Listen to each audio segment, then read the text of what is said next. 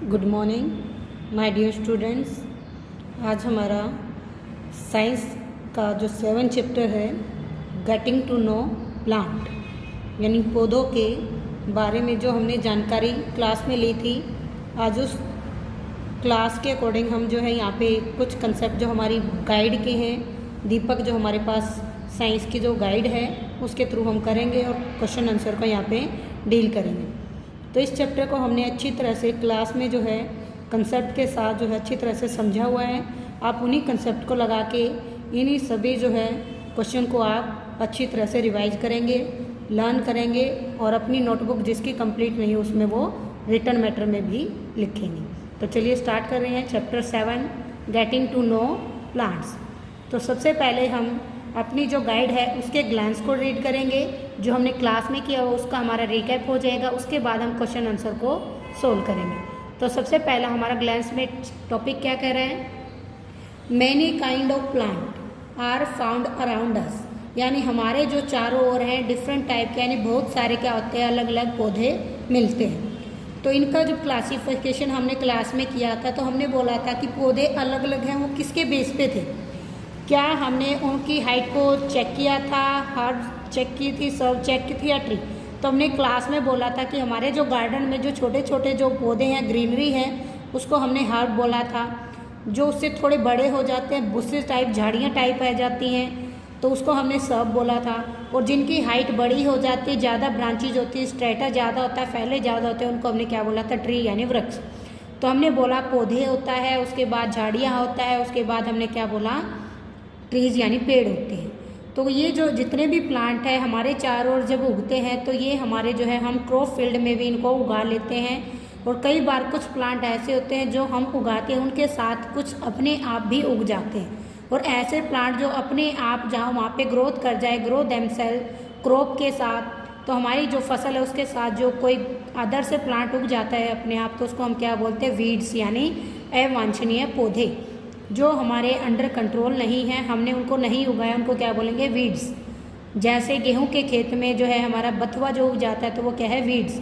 गेहूं तो हमने लगाया है लेकिन बथुआ हमने नहीं लगाया, तो बथुआ क्या बन जाएगा, ग्रोइंग देमसेल्फ प्लांट बनेगा, और उसको हम क्या नाम देंगे, वीड्स यानी खरपतवार। ये वांछनीय पौधे जो हमने नहीं उगाए उनको क्या बोलेंगे, वीड्स।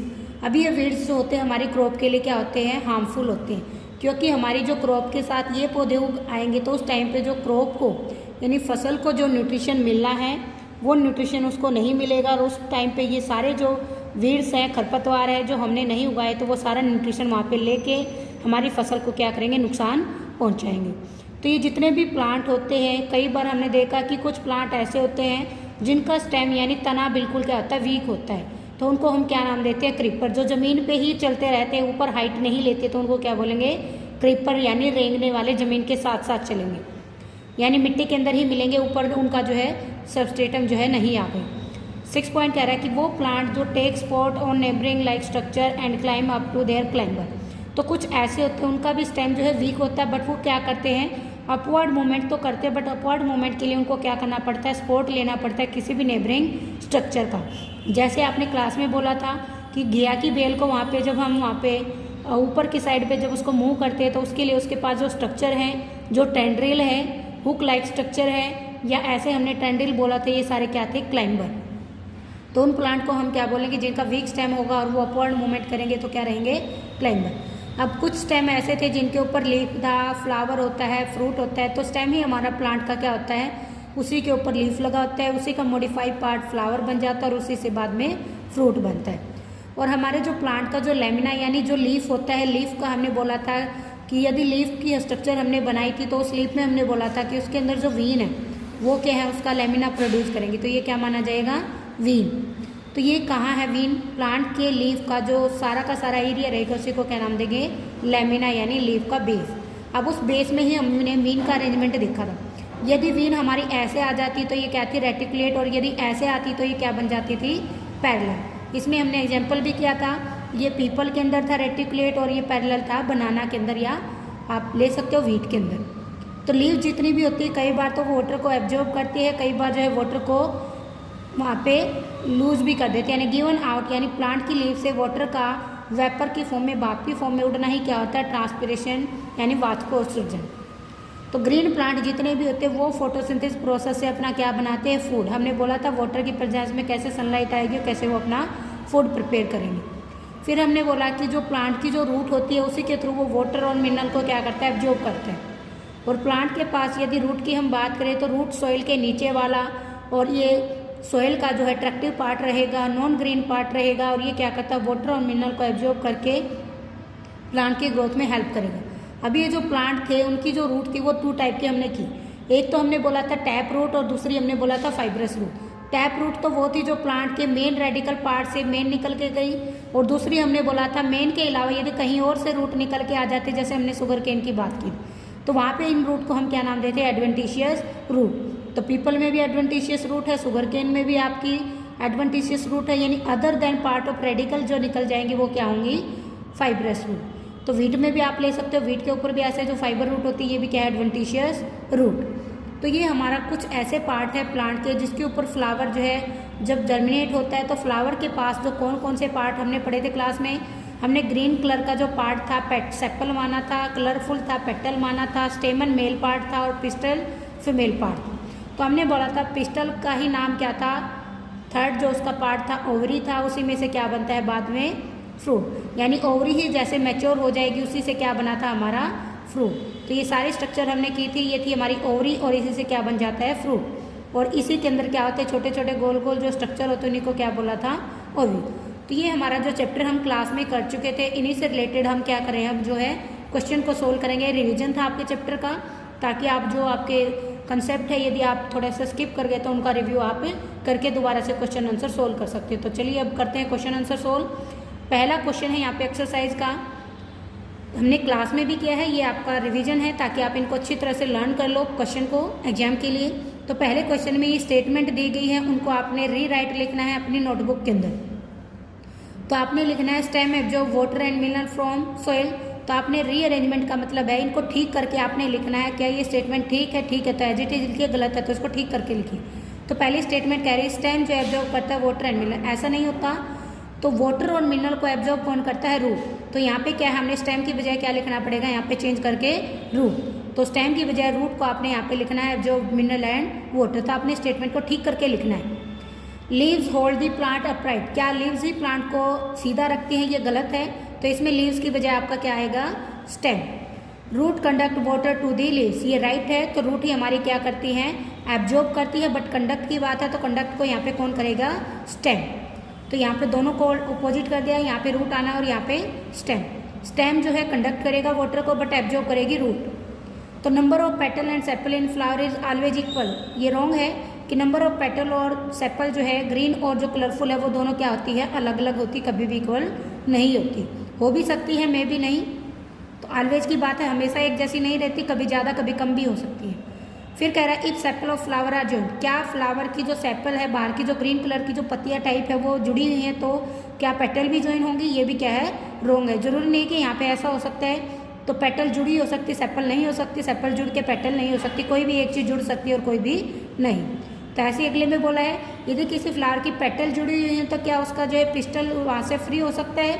तो यहाँ पे हम बोलेंगे कि वो जो पेटल जो जुड़ी है वो एक साथ हो भी सकती है और नहीं भी। तो ये सारी स्टेटमेंट आपने क्या करनी है, ठीक करके आपने लिखनी है। जहाँ पे जो आपको पार्ट गलत लग रहा है उसको आपने करेक्ट लिखना, किसका फंक्शन है उसको चेक करके आपने इनको सोल्व करना। क्वेश्चन 2 है कि आपने एक लीफ का डायग्राम बनाना है, टैप रूट का डायग्राम बनाना है और आपकी जो फ्लावर का आपने डायग्राम बनाना है, और इन डायग्राम को आपने बना के उनकी जो है लेबलिंग यानी उनके नाम लिखनी है। जैसे हमने क्लास में किया था, लीफ का स्ट्रक्चर बनाया था, लीफ का जो डंडी थी उसको हमने पीटियोल बोला था, सारा लीफ जो था उसको लेमिना बोला था, बीच में ये जो लाइनिंग थी इनको भी आप बोल सकते हो वीन्स बोल सकते हो।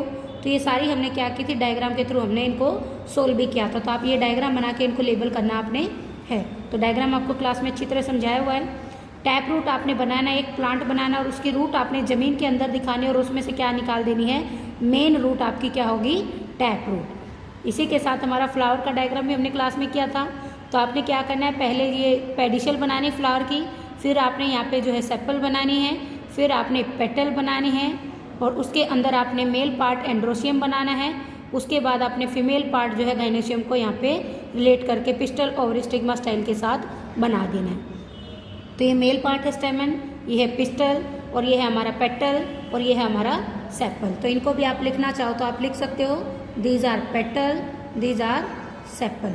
तो हमने स्टेमन में भी किया था कि ऊपर का जो पार्ट है वो क्या था, एंथर, और नीचे का पार्ट क्या था हमारा, फिलामेंट। तो इन सबको भी आप लेबल करना चाहो तो आप कर सकते हो, जो हमने क्लास में भी किया हुआ। और ये क्या था हमारा ओवरी का जो पार्ट था, ऊपर वाला स्टिग्मा, नीचे की ट्यूब क्या थी, स्टाइल, और नीचे का बेसल स्वोलन पार्ट क्या था, ओवरी। तो इन सबको भी आप यहाँ पे लेबल कर सकते हो पूरे फ्लावर को। उसके बाद क्वेश्चन नंबर 3 है, can you find a plant of you those. क्या आपके घर में जो प्लांट है या आपके नेबर में, पड़ोस में जो प्लांट है, क्या आप देख सकते हो कि उनके पास लंबा वीक स्टेम है। तो उसका नाम लिखना और कैटेगरी आपने बतानी। तो देखिए हमने तो क्लास में सोल्व किया था। लूफा जो है क्रीपर है जो ज़मीन के साथ चलता है। लूफा गोर्ड भी क्या है, क्रीपर है। ग्रेप भी क्या है, क्लाइंबर है। नीम जो हमारे अंगूर होंगे वो क्लाइंबर होंगे। मनी प्लांट भी हमारा क्या होता है, क्लाइंबर होता है। बोगनविलिया भी क्या होता है, क्लाइंबर। तो आपने अपनी पड़ोस के कोई भी प्लांट या अपने घर के प्लांट के नाम लिखने और उसका नेचर बताना, स्टेम कैसा है। तो what is the function of stem, stem का क्या क्या फंक्शन रहेगा, क्या काम रहेगा, वो आपने लिखना है।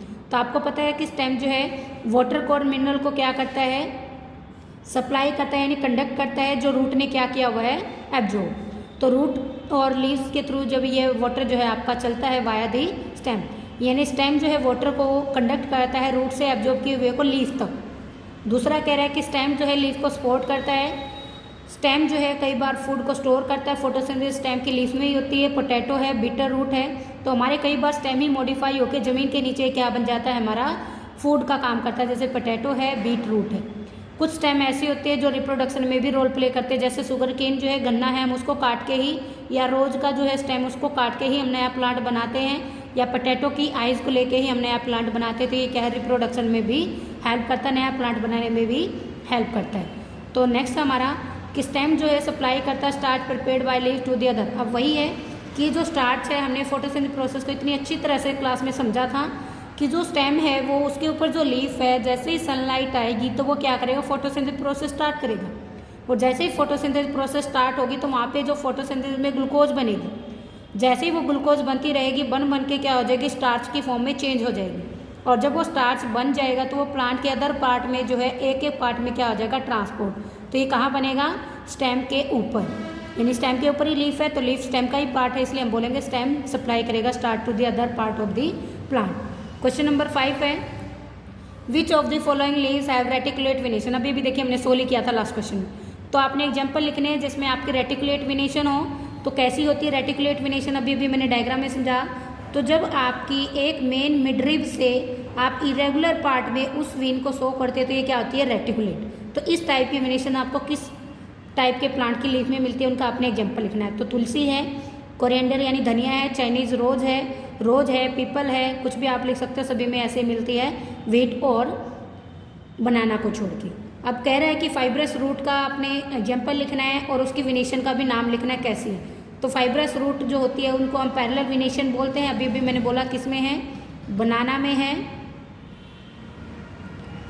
और साथ में अभी भी हमने बात की थी वीट में। तो ये जो है दूसरी टाइप की जो हमारी वेनेशन है लीफ के अंदर, जो ऐसे मिलेगी, जो पैरेलल चलेगी एक दूसरे के साथ, तो उसको हम क्या बोलते हैं, पैरेलल वेनेशन। वीन्स का अरेंजमेंट जो लीफ में होगा वो कैसा होगा, पैरेलल होगा एक दूसरे के। इसको क्या देंगे नाम, रेटिकुलेट वेनेशन।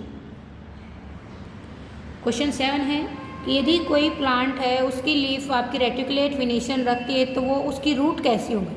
कह रहा है लीफ के अंदर तो वेनेशन रेटिकुलेट है और रूट कैसी होगी वो आपने बताना। तो अभी हमने बात की, जिसकी वेनेशन पैरेलल होगी वो फाइब्रस रूट रखेगी, पैरेलल वेनेशन, और जिसकी रेटिकुलेट वेनेशन होगी उसकी कौन सी रूट होगी, टैप रूट। यानी हाईली एडवांस जो प्लांट होंगे उनके पास टैप रूट मिलेगी और उनकी वेनेशन भी कैसे मिलेगी, रेटिकुलेट। तो दोनों का रिलेशन है। यदि वेनेशन लीफ के अंदर रेटिकुलेट है तो रूट कैसे मिलेंगी, टैप रूट। और यदि वेनेशन पैरेलल है तो रूट कैसे मिलेगी, एडवेंटिशियस रूट यानी पैरेलल वेनेशन। क्वेश्चन 8 है, is it possible for you to find out whether a plant has tap root और fibrous root by looking at impression of its leaf on a paper sheet. क्या हम leaf का जो है impression यहाँ पे बना सकते हैं, किसी भी सीट पे लेके हमने बनाया भी था कि पॉसिबल है ये। तो आपने क्या करना है, कोई भी लीफ आपने तोड़ना है और उस लीफ को आपने क्या करना है, पेपर के नीचे रखना है नोटबुक के, और पेपर के नोटबुक के नीचे रख के उस पेपर को हमने क्या करना है, प्रेस कर देना है। तो आपने क्या करना है, एक पेपर लेना है, जैसे अभी मैं दिखा रही हूँ। मान लीजिए पेन मैंने रखा और इसके नीचे आप क्या करना है, इसको प्रेस करना है ऐसे पेपर को। तो जो भी आप रखोगे, लीफ रखोगे, रूट रखोगे, उसका क्या आ जाएगा, इंप्रेशन यानी छाप आ जाएगी। और उस छाप को ही आप क्या बोलोगे कि हम उसको क्या कर सकते हैं, ड्रॉ कर सकते हैं प्लांट को या प्लांट के पार्ट को पेपर के ऊपर नीचे से इंप्रेशन यानी छाप के थ्रू। क्वेश्चन 9 कह रहा है what are the part of flower. अभी अभी हमने डील किया था कि फ्लावर के कौन कौन से पार्ट है। देखिए साइड में हमने अभी भी किया था ये। तो सेपल, पेटल, स्टेमन एंड पिस्टल, ये आप नाम रखोगे। सेपल होगा, पेटल होगा, स्टेमन होगा और पिस्टल होगा, 4 पार्ट होंगे फ्लावर के। क्वेश्चन नंबर 10 है from the following plant which of them have flower. आपने इन प्लांट्स में से सिलेक्ट करना है, छांटना है कि किन के पास फ्लावर होता है। तो फ्लावरिंग प्लांट को आपने छांटना और ये नीचे लिखना है। तो इन सभी टेबल में से किस किस के पास फ्लावर है। ग्रास के पास कोई फ्लावर नहीं होता, मेज के पास होता है, वीट के पास होता है, चिली के पास होता है, टमाटो के पास होता है, तुलसी के पास होता है, पीपल के पास होता है, शीशम के पास होता है। बनियन का जो है यहाँ पे कोई फ्लावर नहीं होता। मैंगो का फ्लावर होता है, जामुन का भी फ्लावर होता है, गुआवा का फ्लावर होता है, पोमग्रेनेट का फ्लावर होता है। पोमग्रेनेट जो है हमें अनार को बोलेंगे। पपाया का भी फ्लावर होता है, बनाना का भी फ्लावर होता है, लेमन का भी फ्लावर होता है, पोटैटो का भी फ्लावर होता है, शुगर केन का कोई फ्लावर नहीं होता, ग्राउंड नट का भी कोई फ्लावर। इनमें से देखिए हमने 3 को यहाँ पे चेक किया, शुगर केन, ग्राउंड नट और ग्रास।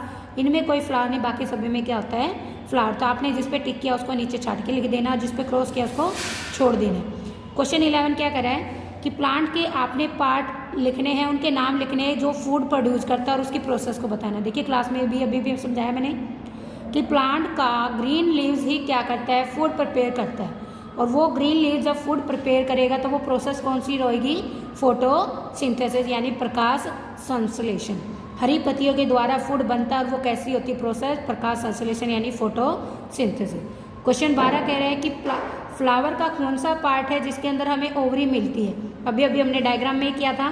तो ये फीमेल पार्ट है जो हमारा यहाँ पे क्या करता है, पिस्टल, उसी का निचला पार्ट क्या होता है, ओवरी। तो हम ये डायग्राम से भी हमने किया था कि पिस्टल जो है हमारे यहाँ पे 3 पार्ट को लेता है, स्टिग्मा, स्टाइल एंड नीचे वाला बेसल, ओवरी। तो यहीं पे पूछा है कि ओवरी कहाँ मिलती है, तो कहाँ मिलती है, फीमेल पार्ट यानी पिस्टल के अंदर। और पिस्टल का कौन सा पार्ट है, 3rd पार्ट। क्वेश्चन 13 में करना है कि 2 प्लांट के आपने नाम लिखने हैं जिनमें से सेपल तो ज्वाइंट है बट पेटल जो है सेपरेट है। तो जिसमें सेपल ज्वाइंट है और कुछ में अलग है। तो एक में ज्वाइंट है धतूरा में और अलग किस में है, पिट्यूनिया।